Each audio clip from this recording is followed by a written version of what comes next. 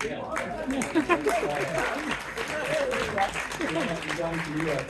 great. Well, thank you, Janab, from the BPI.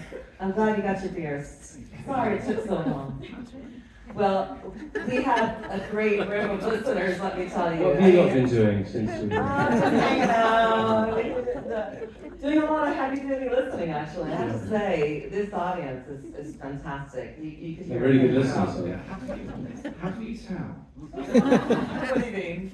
There's no talking. You said they're really, oh right, normally is it a bit rounded? No, generally not when I'm around, but some, no, it's just, they didn't even try. Sometimes people get a little bit talkative during the album, they didn't, they sat and actually listened. Very well behaved, very well behaved. Well done. Who has a question for either Matt or Brett?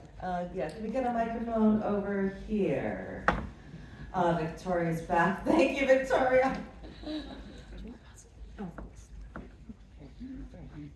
Hi guys. Hello. Firstly, thank you for tonight and thank you for everything over the last 32 years. Sorry, it's been a fantastic ride for all of us. Thank you. Just a very quick one from me. If this album was the first album, would the singles be any different? Oh, I mean, it's a really good question. Yes, actually, I think. I mean, the whole point about releasing Dog Man Star, We Are the Pigs, as the first single, is everyone told us not to. And they were right, I think. Pretty much. And I think with if it was the first album, we might have listened to them. So yeah, I think that's true. I mean, literally everyone begged us not to release that. I asked Simon years ago, and he said to ask Brett. So I'm asking you now. Oh yes. Yeah. The question was, would Heroin have been a good single? And he said, ask Brett. Sounds like Simon. Maybe, yeah. I don't know. I mean, the thing about Dog Man Star, it could never be a debut album, I don't think. But it's an interesting thought experiment, yeah. I think if we released it now, we'd probably release Wild Ones as the first single, wouldn't we? We'd probably release New Generation, yeah. I'd release Wild Ones. So no Heroin? No. Do you have a question over there? You have the microphone? Hi, just after, I've listened to the album so many times and listening to it again, I was struck thinking about, the album's second great albums. Often bands don't make great albums on their second record. But I was going back, it's the past, and I was thinking, Paranoid and This Is Model for Your Pleasure, London Calling, Loveless, The Bends, Ladies and Gentlemen Floating in Space. And this record really stands, next to great second records. But because there's been so many eras of Suede, you could, I'm not going to listen for you, but I think you're almost like into your third act in a way, in your different periods, with Bernard, with Richard, and then the kind of reactivation after that amazing initial Teenage Cancer Trust gig. Are there albums that each of you, Matt, Brett, prefer, albums that you have made, either side of this record? Would prefer to Dog Man Star? Yeah. I mean, it's such a strange thing because it's a case of what you prefer them for. I don't actually listen to Dog Man Star that much. What I was saying before is I kind of like it as, I love it as a live record. I love playing the tracks from it live. It's a terrible live record. No, hang on. But the tracks that we play live from, We Are the Pigs is always great. Individually, but when we played it through as a I'm band, talking about playing the whole thing. The whole thing is, but the stuff that we do play for that, and two of us especially. Yeah, I love playing that live. But yeah, it kind of changes every day. I often prefer coming out to this. I like autofiction a lot.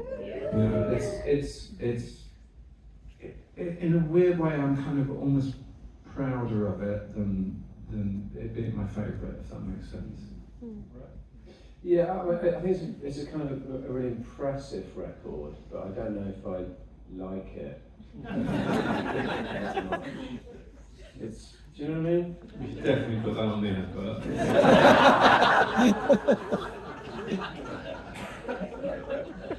You know, people can be impressive, but you don't necessarily like them. You know what I mean?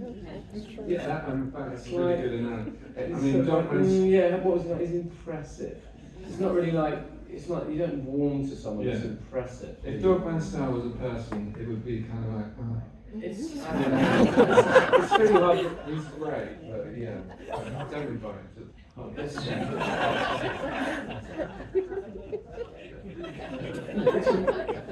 When Dogman Star turning up at the pub. What's that all about? Ordering 12 absents. Next question. Single plum floating in a hat. Well, from musical influence to artistic influence, I'm interested to know more about what were you looking at for the cover art, and with Joanne Leonard for Dogman Star, like T. Corinne for Suede. These are American photographers of a similar generation, born in the 40s. What were you looking at, and was that a deliberate decision you were making? Please tell us. The nationality was sort of just kind of completely random, to be honest. What was I looking at? I don't know. It probably looks like you often reverse engineer things, and all I was doing was just looking at loads of books that I had. I used to go and buy photography books in Portobello Market, and I had a flat that was just like covered in records and photography books. And I just sit there all day listening to records, looking through these books, thinking, oh, that'd be a good image for a record sleeve, and then I just steal them. It was as simple as that. all the early Suede singles were all just like pictures I liked with the word Suede put in the corner. You know what I mean? So the same with myself. I mean, to be honest, we did have a kind of Spinal Tappy kind of like sleeve that the record company vetoed, and it's actually really, I'm really glad they did, because it was, looking back on it, it would have been a completely different record with a sort of, you know, the Pasolini image. I don't know if anyone knows, but it's sort of like a sort of naked person like, with dog collar on and stuff like that. And it's very sort of like metal, you know. But it's from this film called 120 Days of Sodom by Pasolini. And it was just, yeah, it's just too literal. And just, I think that the Joanne Leonard image, in the end, it captured something of the kind of there's something really dank about Dogman Star. There's something sad and dank, and the colour even seems to resonate with the music. I always think of it as a green record, a green sounding record. It's almost like moss or something like that. It has that sort of sense of sort of dank beauty. Yeah, I was going to ask because recently you defined autofiction as a black and white record, and I was going to ask which color would you define Dogman Star? Yeah, I would say lots of the colours really resonate with it. I don't know if it's just because you kind of get used to them, but yeah, I think of albums in terms of colours, and Autofiction is a black and white record, and the next record, Suede X, will be another black and white record. So we're going through, this is a black and white phase at the moment. One of the things that I think is a real shame about kind of the death of, or the you know, the downgrading of vinyl, is that I think we all see, everyone in the band sees kind of records through the prism of their covers. You know what I mean? We've never seen it as something kind of separate. It's not an advert. It's a way of kind of looking more deeply into the record and just changing the way you hear it. And there's loads of records that their cover does something to the record. It just kind of like shifts the emphasis. And Brett's totally right. I'm always right. In this rare instance, Brett is right. You know, it adds a kind of languid, kind of poverty-stricken cast to the record, or deepens it. Hi, I'm a big fan, and I'm getting into like bands and singing and songwriting, and I was just wondering, do you have any advice you could give for The songwriting. Yeah.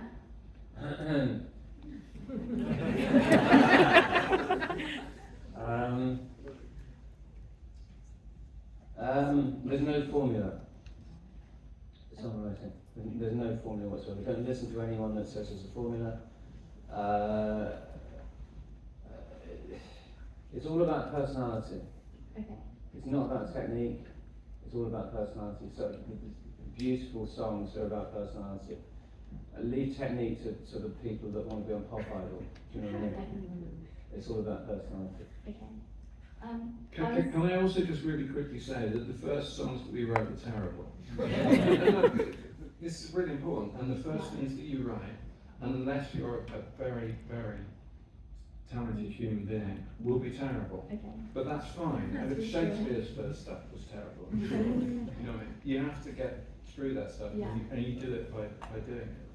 Okay. I was also wondering, this might be a bit cheeky, but I have your book, and I was wondering if you would sign it for me. Yes. Okay.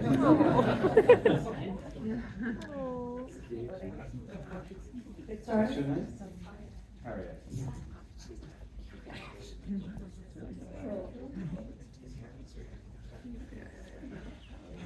Hello, Carrie. First of all, I adore Osman and Star, so you can watch them that saying bad stuff about it. Surely we're the only people who are really allowed to. We've had a lot of amazing albums since, including Autofiction, and you've said for quite a long time now that you're very proud of the wild ones. So is there a song that you think has matched that over the years? Yes, Life is Golden. I think is as good as the Wild Ones, actually. But it just didn't gain the actually, to be honest, Wild Ones didn't gain the recognition it should have done either. But I'm just as proud of Life is Golden, yeah. And she still is on lots of other songs. But thank you. Yeah. And it's available for studio duties. Okay. Yeah. Hello. Hello. I'll stand up. Hello, guys. Hello. Hello, Rachel Apps. Hello. Okay. Just wanted to go back to what you said earlier about still life, because if you'll recall my fanzine that I made about you guys in 1994 was called Quietly Kill for You. And I named it after hearing bootleg recordings of you guys playing the song live. So I'm sure that I must have let you know over the years how angry I was when I heard the track on the album sounding so overblown. Okay. And nothing like what I named the fanzine after. So it sounds great to my ears to hear you say that you would do it differently now. But also, I've always felt that the power is sort of the yin to the still life yang, in that whenever I've heard the power live, it sounds good, but it doesn't sound as robust as it does on the album with the string additions and the orchestration on the album. We've never really got it right live. I just think that the way it is on the album, the combination of the orchestration and all the traditional instruments, it just seems spot on to me. Whereas with Still Life, I've always enjoyed the live version much better than on the album. So to me, they always have seemed like a pair in a way, in a sort of mismatched way, but sort of matching. I don't know if that makes sense. That they're sort of opposites. And every time I hear the power on the recording, I just wondered if you had any thoughts about whether you think the power came out as well as you hoped it would. No, I don't think it came out as well as I hoped it would. I think it really suffered from not having Bernard playing it, obviously. That was a big flaw in the record in that sense. It's an interesting song live because it's so mid-pace. It doesn't have any drama, and live music is all about drama. It's all about being incredibly loud or incredibly quiet. It's about being extreme in some way. and the power is just a sort of nice little tune. It never quite reaches that thing. That's the same reason we play Wild Ones stripped down now rather than as a full band. It suffers from the same thing. It never has the drama if you play it as a full band thing. We have time for one more question. Yeah, So. Many more. Yes, hi. Hello. Just a question about the process of selecting songs for the album versus leaving them out and then putting them in other formats, like for example the Sci-Fi Lullaby, which is such an amazing album in its own right, I think.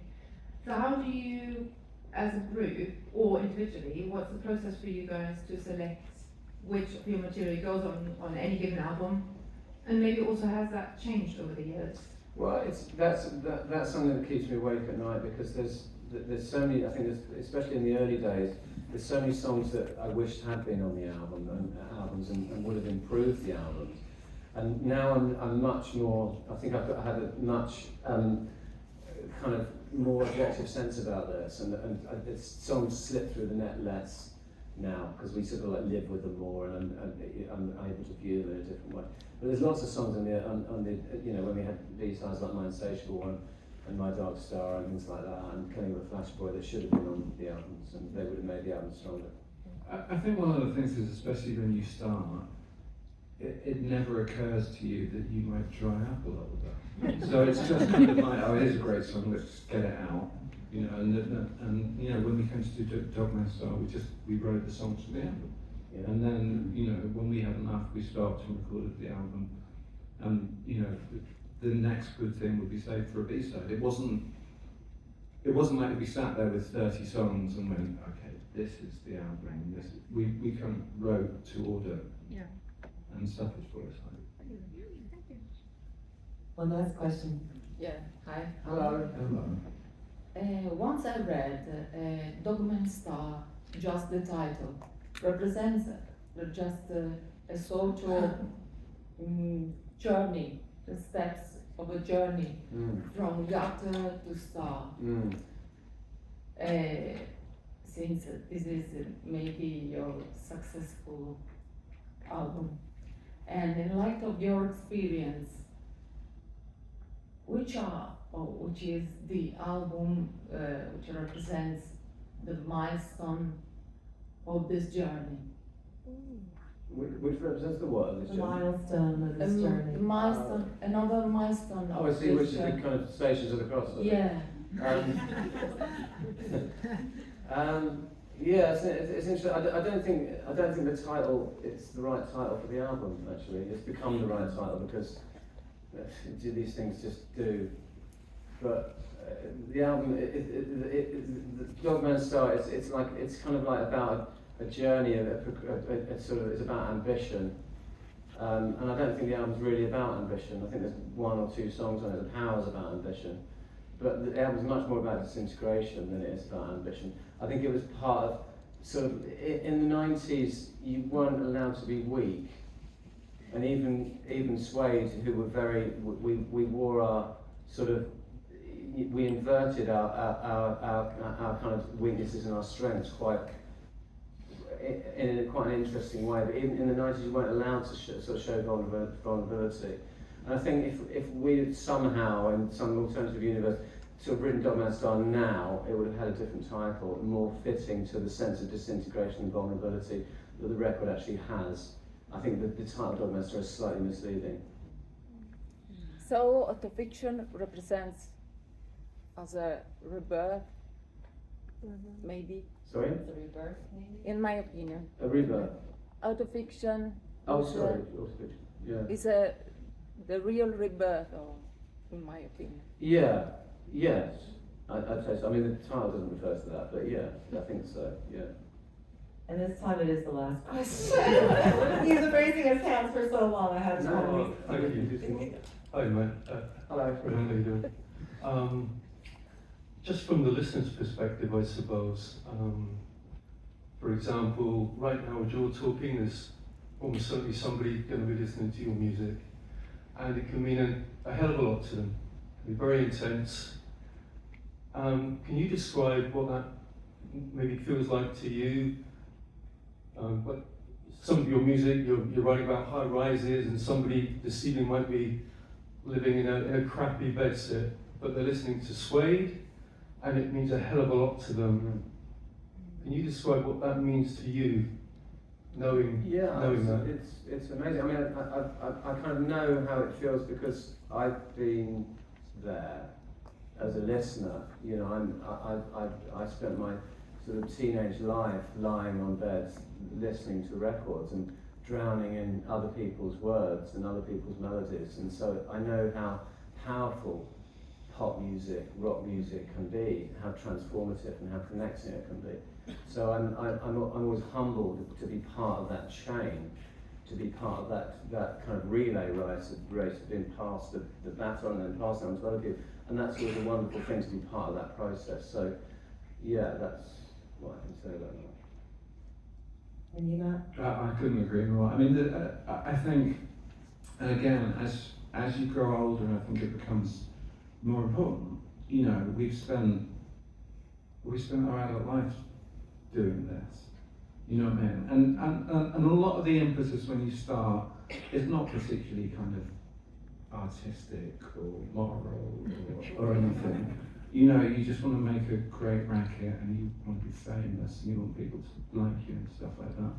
But as I get older, it's more and more important to me that what we do, it kind of changes people and moves people and makes people feel better for kind of 45 minutes. You know what I mean? It's weirdly, it's such a tiny little thing, but it's such a huge thing at the same time.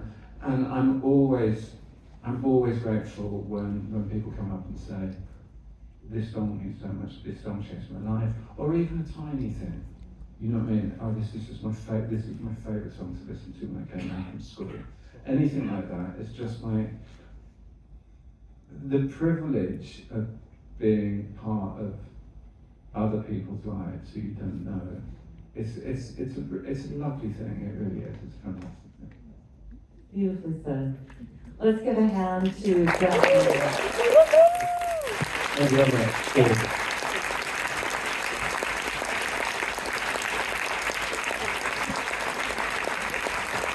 And that's a big thank you, very big thank you to the people of National Album Day, Royal Albert Hall, and most of all, thanks to all of you, and thank you all for listening.